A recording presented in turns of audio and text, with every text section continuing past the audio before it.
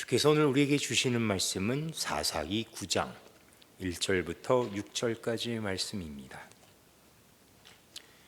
사사기 9장 1절부터 6절까지의 말씀, 구약 성경 375페이지에 있습니다.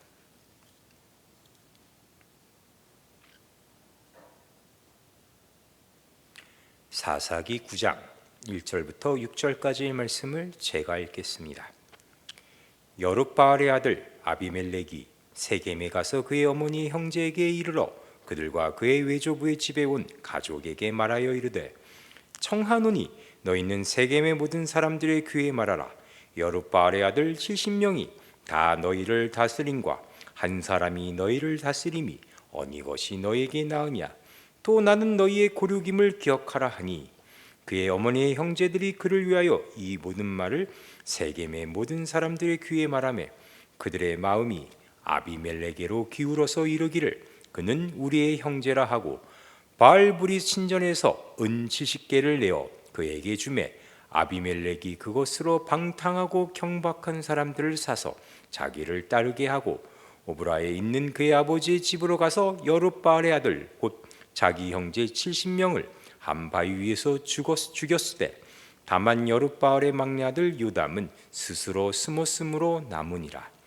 세겜의 모든 사람과 밀로 모든 족속이 모여서 세겜에 있는 상스리 나무 기둥 곁에서 아비멜렉을 왕으로 삼으니라.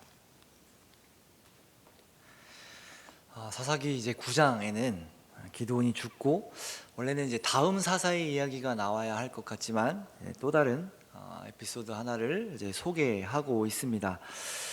기드온은 하나님을 대신해서 왕이 되는 것을 거절하고 하나님만이 이스라엘을 다스리실 것이라고 이야기했지만, 그는 자신의 만족을 위해 에봇을 만들었고, 그 영향으로 이제 이스라엘이 우상 숭배의 길로 빠지도록 했습니다. 그래서 그 일로 말미암아 그의 집과 기드온이 그것이 올무가 되었다라고 성경에서 이야기하고 있습니다.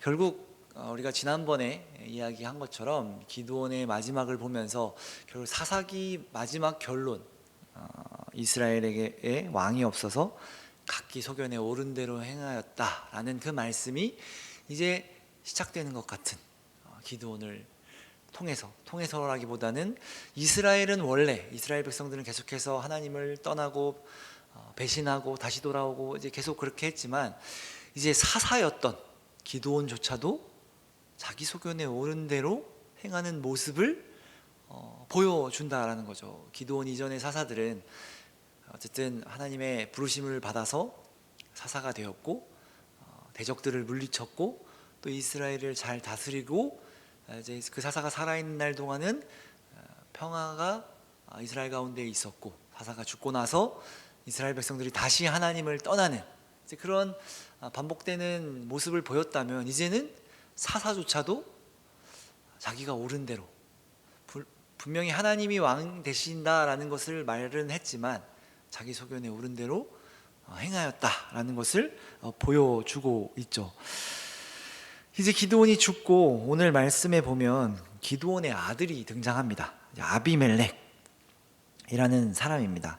이 아비멜렉을 8장 30절에서 소개하고 있는데, 기드온이 아내가 많음으로 그의 몸에서 낳은 아들이 70명이었고 세겜에 있는 그의 첩도 아들을 낳았으므로 그 이름을 아비멜렉이라 하였더라 라고 이제 소개를 합니다.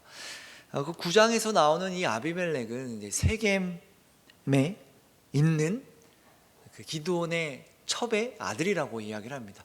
그런데 좀 왜 이렇게 소개하고 있을까 좀 이상하지 않으신가요? 뭐 아내가 많았으니까 70명의 아들이 있었고, 근데 그 70명에는 속하지 않은 아들이 바로 아비멜렉인 것이죠.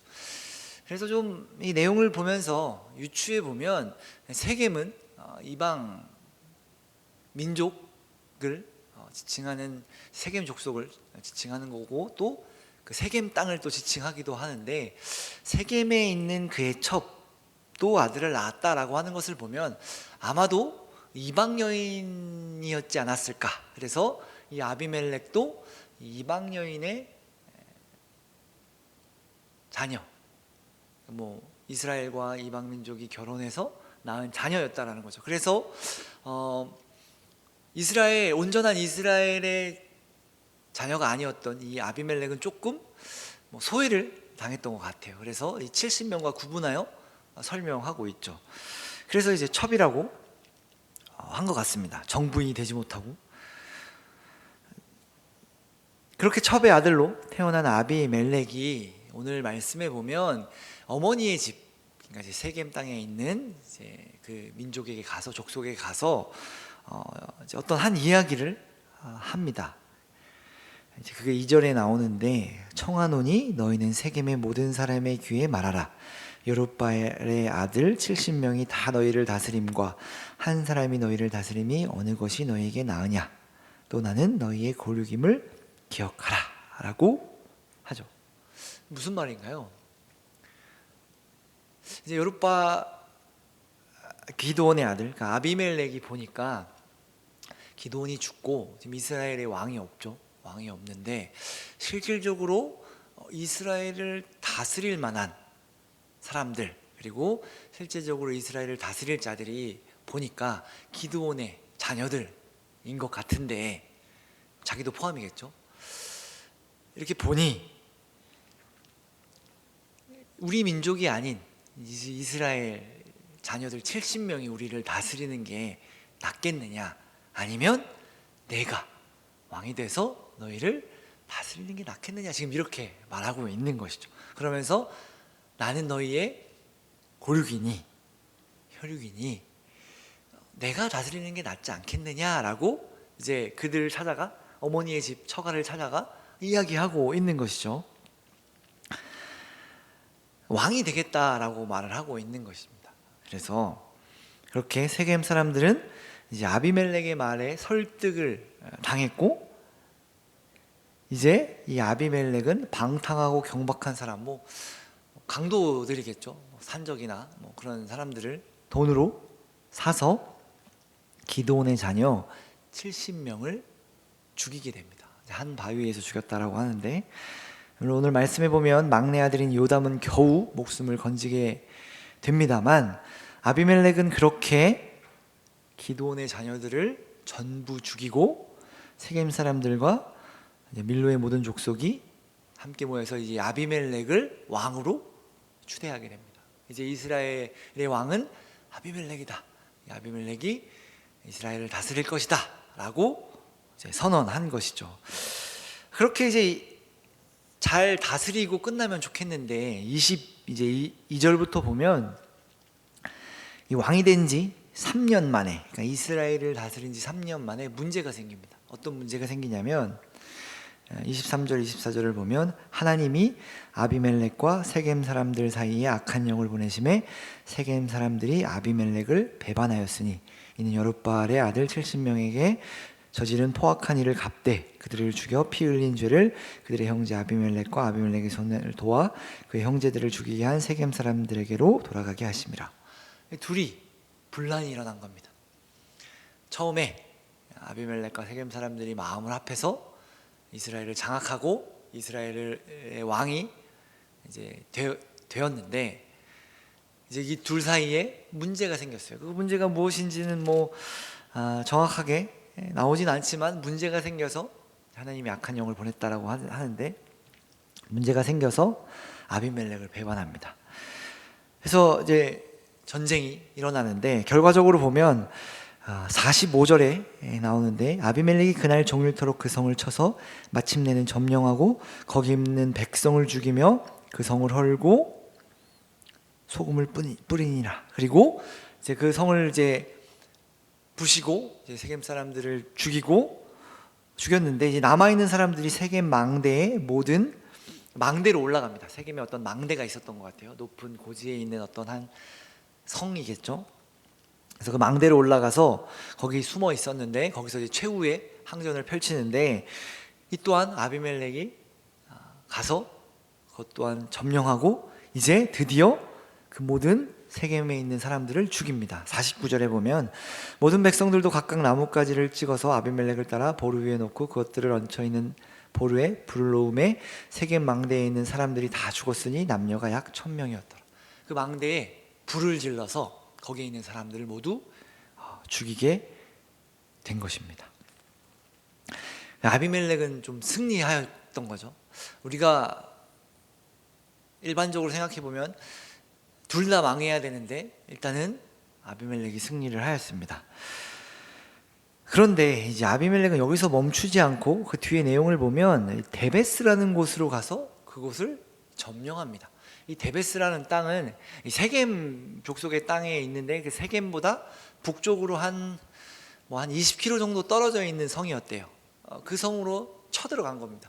왜 쳐들어갔을까를 생각을 해보면 성경에는 왜 쳐들어갔는지는 나오지 않지만 어쨌든 그들을 죽이러 가는 것을 보면 이 데베스에 있는 자들은 이 아비멜렉에게 호의적으로 행동하지 않았던 것 같아요. 그래서 몇몇 그 성경 학자들은 뭐라고 이야기를 하냐면 아마도 처음에 이 세겜 사람들이 일어나 그 기드온의 자녀들을 죽일 때 이 데베스 사람들이 거기에 동조하지 않았을 것이다라고 봅니다.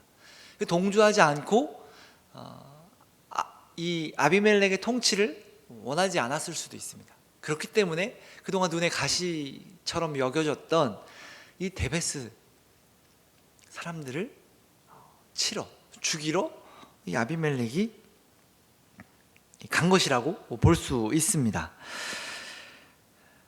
거기서도 앞선 세겜과 마찬가지로 이 데베스 사람들도 견고한 이 망대에 올라가 숨습니다. 이 아비멜렉이 생각을 해보면 이 세겜의 망대에서도 손쉽게 그것들을 불태워 전쟁에서 승리하지 않았습니까?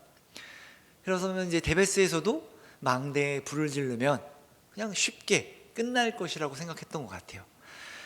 그런데 이 아비멜렉이 너무 쉽게 생각했는지 모르겠는데 망대를 불사지려고 하는 순간에 한 여인이 아비멜렉에게 맷돌을 던졌고요.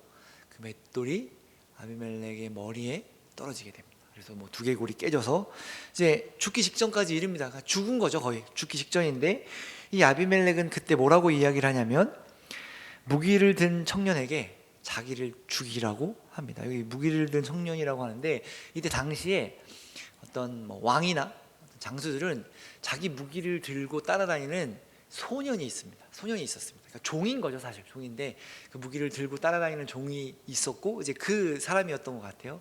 그 무기를 들고 다니는 종이 소년에게 나를 죽여라라고 이야기를 하면서 이 아비멜렉은 결국 죽고 맙니다.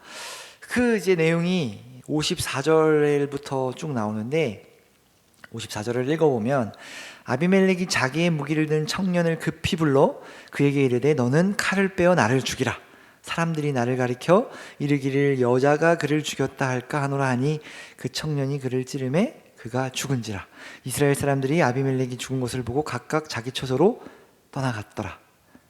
아비멜렉이 그의 형제 70명을 죽여 자기 아버지에게 행한 악행을 하나님이 이같이 갚으셨고 또 세겜 사람들의 모든 악행을 하나님의 그들의 머리에 갚으셨으니 여룻바알의 아들 요담의 저주가 그들에게 응하니라 라고 하면서 이 어쩌면 기드온의 모든 내용이 이 아비멜렉으로 끝마치게 됩니다. 이 다음에는 다른 사사가 등장하고 있습니다.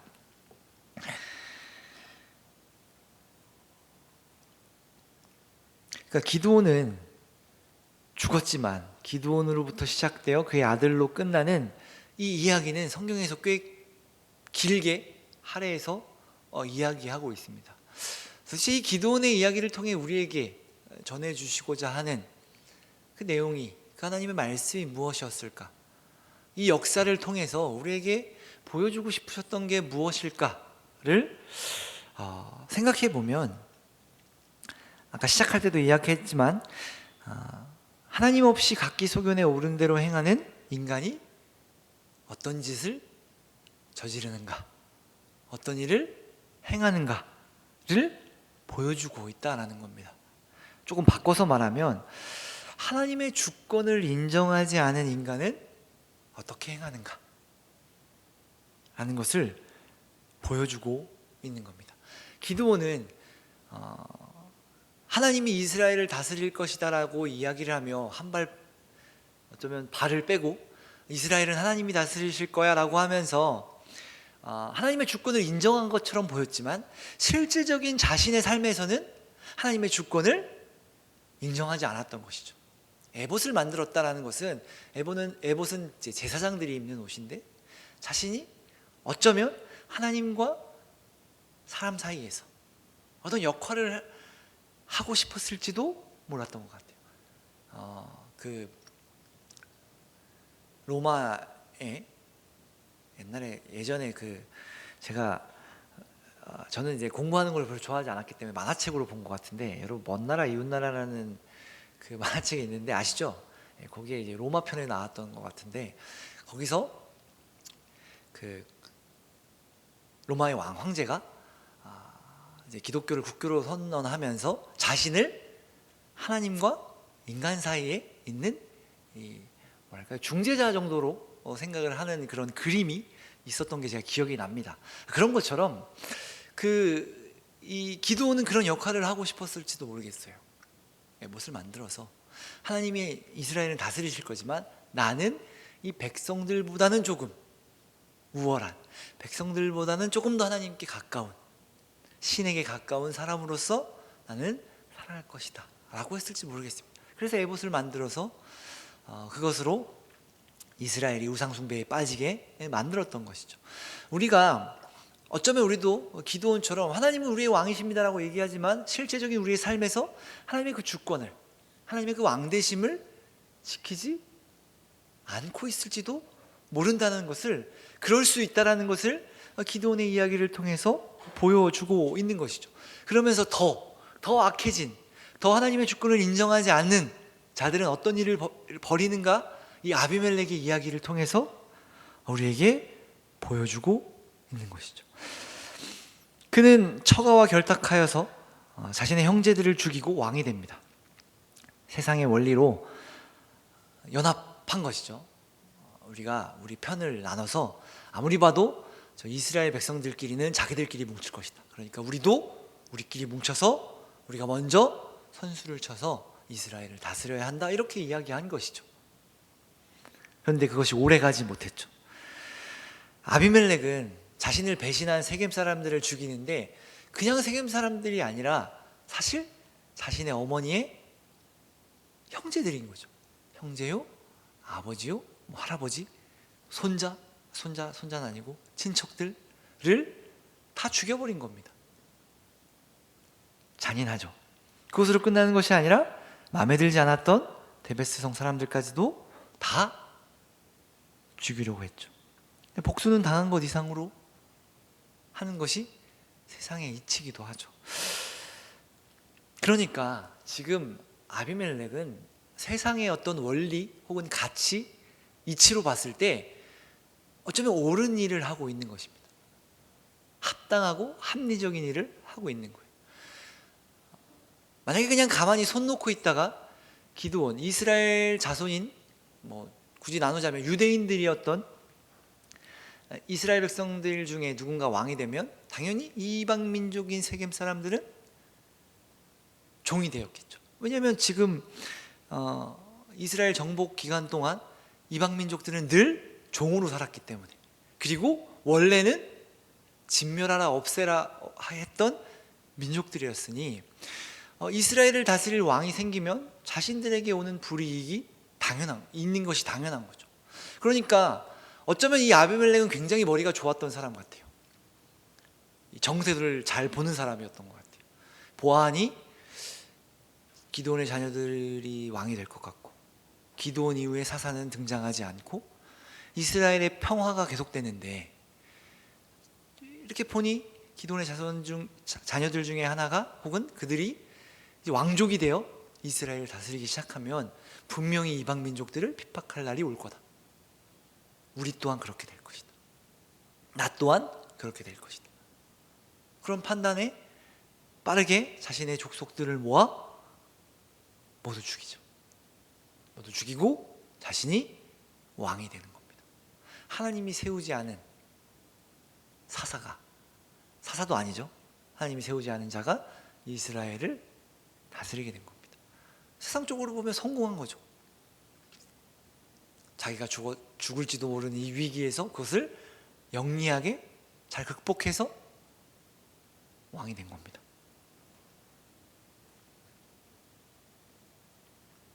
그리고 언제 또 자신을 배신할지 모르는 그런 위험이 있는 데베스 사람들을 죽이려 한 것도 나름의 어떤 합리적인 선택이었던 거죠. 그러나 그곳에서 허무하게 여인의 맷돌에 맞아 죽습니다. 그런데 그는 죽을 때까지도 이 세상의 평판을 되게 신경 쓰는 것 같습니다. 무기를 든 청년에게 나를 죽여라, 빨리 나를 죽여라. 왜냐하면 사람들이 저 아비멜렉이 여인의 손에 죽었다 라고 할까 두렵다라는 것이죠. 아니 지금 이제 곧 죽을 사람이 이런 말을 한다는 게 여러분 이해가 되십니까? 이 아비멜렉은 무엇을 위해 살아갔던 사람이었을까요? 죽기 직전까지도 그는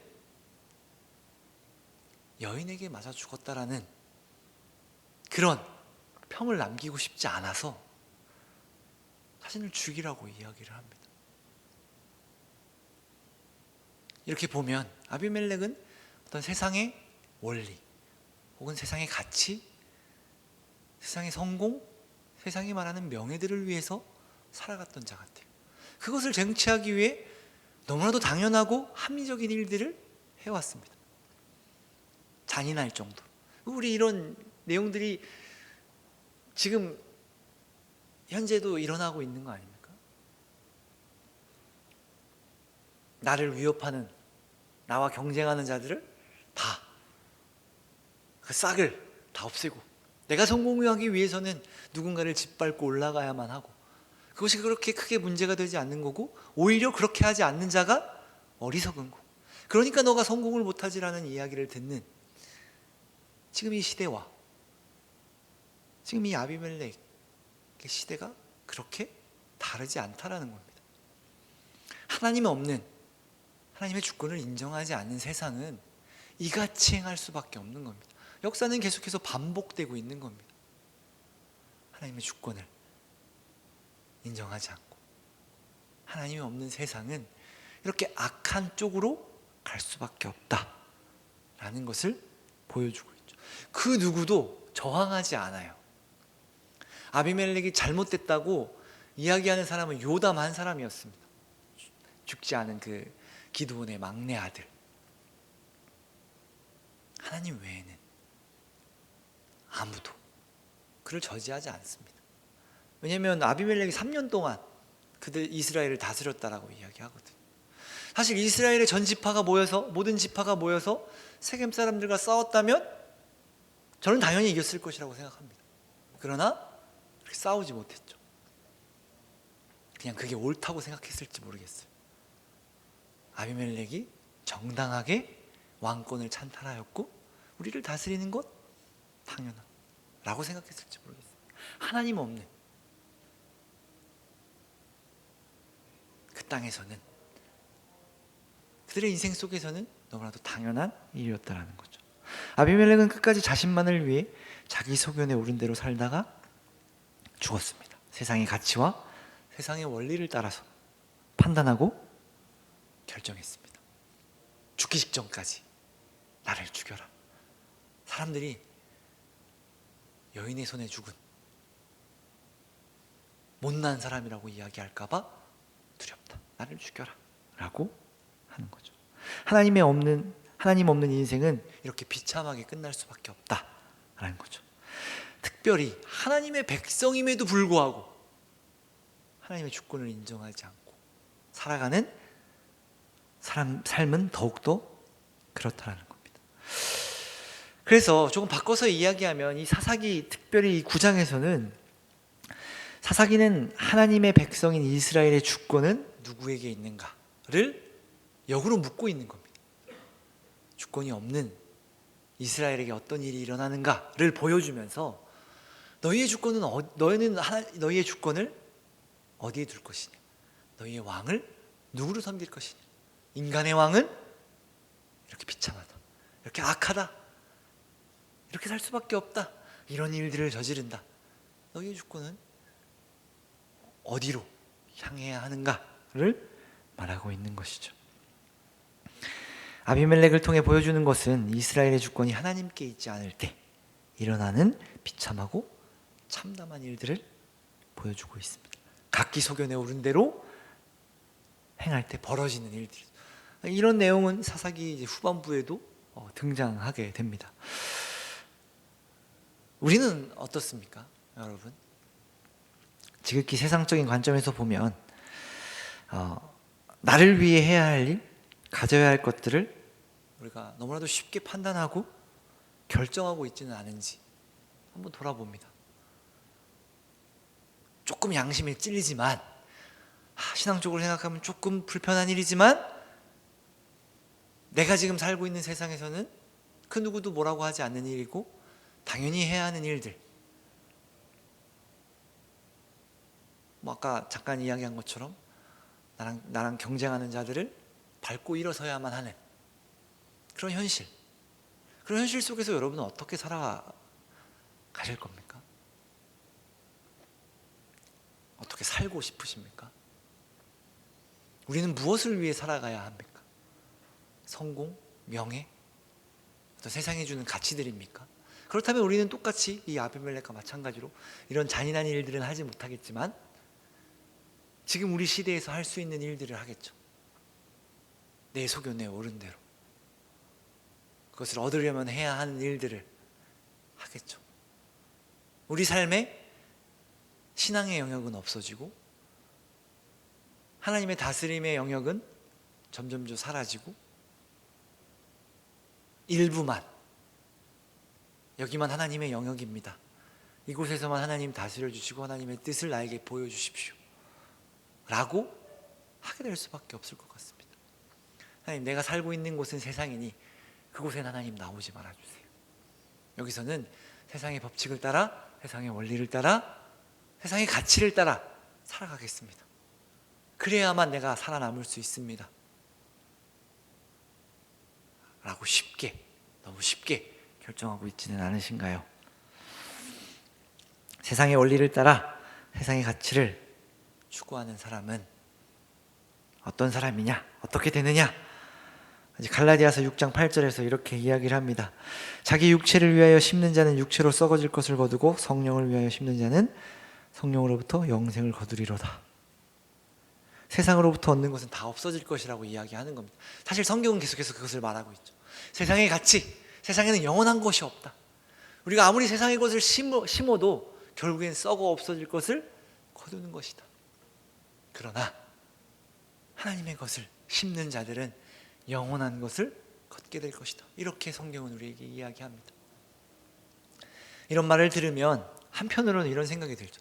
그 영원한 것이 지금 내가 사는 세상에서는 아무런 효과도 그 어떤 이득도 나에게 주지를 못하는데,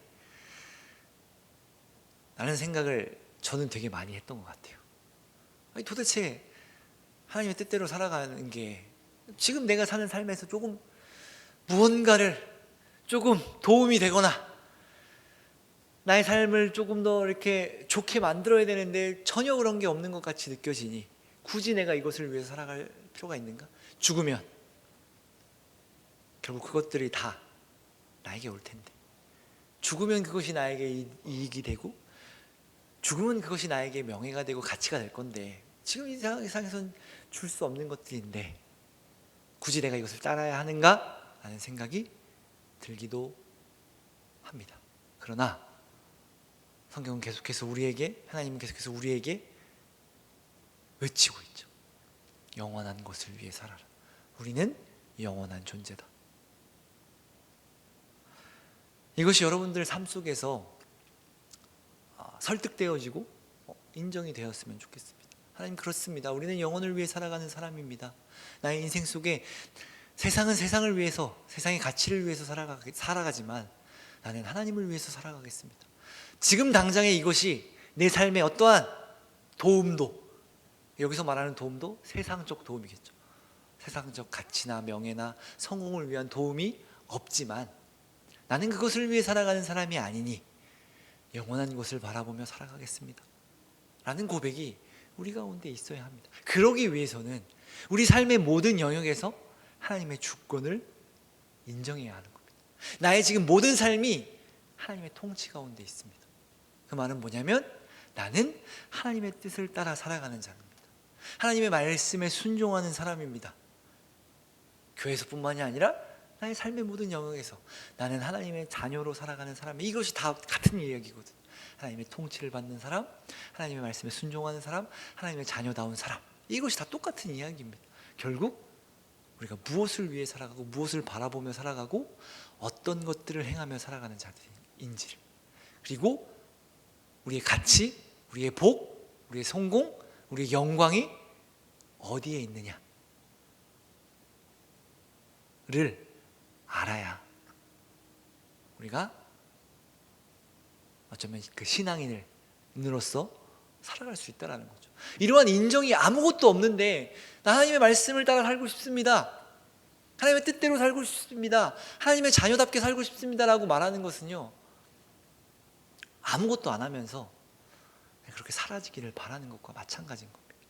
여러분의 삶의 영역에서 나는 하나님의 통치를, 하나님의 다스림을 받는 하나님의 백성으로서 하나님의 말씀에 순종하며 살아가야 하는, 이 말은 별로 제가 좋아하진 않지만 의무가 우리에게 있다는 것. 의무이지만 그것이 우리에게 복이고 그것이 우리에게 영광이고 좋은 것이고 행복이고 뭐 어떤 좋은 것들을 다 붙일 수 있는 것이죠. 그것이 우리 삶 가운데 인정이 돼야 하고 우리가 그렇게 고백할 수 있어야 합니다. 이 사사기라는 어쩌면 역사죠. 이 역사를 통해서 우리가 봐야 합니다. 아, 하나님 없는 인간이, 하나님의 주권을 인정하지 않는 인간이 자기의 주권을 가지고 어떤 일들을 결정하면 어떤 일들이 벌어지는가. 아, 이런 일들이 벌어지고 이런 비참한 인생을 살게 되는구나. 이것을 보면서 아, 나는 나의 삶 속에서 어떻게 결정하고 있는가. 그 모든 결정이 내 소견에 오른 대로인가 아니면 하나님의 뜻을 따라인가 하는 것을 우리가 좀 고민해 보며 생각해 보는 시간이 되었으면 좋겠습니다. 그래서 우리가 하나님의 뜻을 따라 살아가는, 그리고 살아가고자 하는 그런 하나님의 자녀들이, 그리고 하나님의 백성들이 되기를 바랍니다. 기도하겠습니다. 하나님 감사합니다. 우리는 주님을 왕으로 모시며 살아가는 주님의 백성임을 고백합니다. 우리의 모든 인생이 주님의 통치 아래에 있음을 고백합니다. 그래서 우리가 두려울 것이 없지만 또한 우리의 삶의 모든 영역과 결정들 속에서 하나님의 주권을 인정하고 하나님의 뜻을 따라 결정하며 살아가겠노라는 우리의 다짐과 고백이 있어야 할 줄을 우리가 알고 있습니다. 그렇게 살아갈 수 있도록 주님 인도하여 주시고, 우리가 세상적 가치를 따라 살아가는 사람이 아니라 하나님의 말씀과 주님이 주시는 그런 가치들을, 그리고 주님께 그 모든 가치가 있음을 인정하고 주님만을 바라보며 주님만을 따라가는 그러한 자녀들이 되게 하시고 그런 인생이 되게 하옵소서. 예수님 이름으로 기도합니다. 아멘.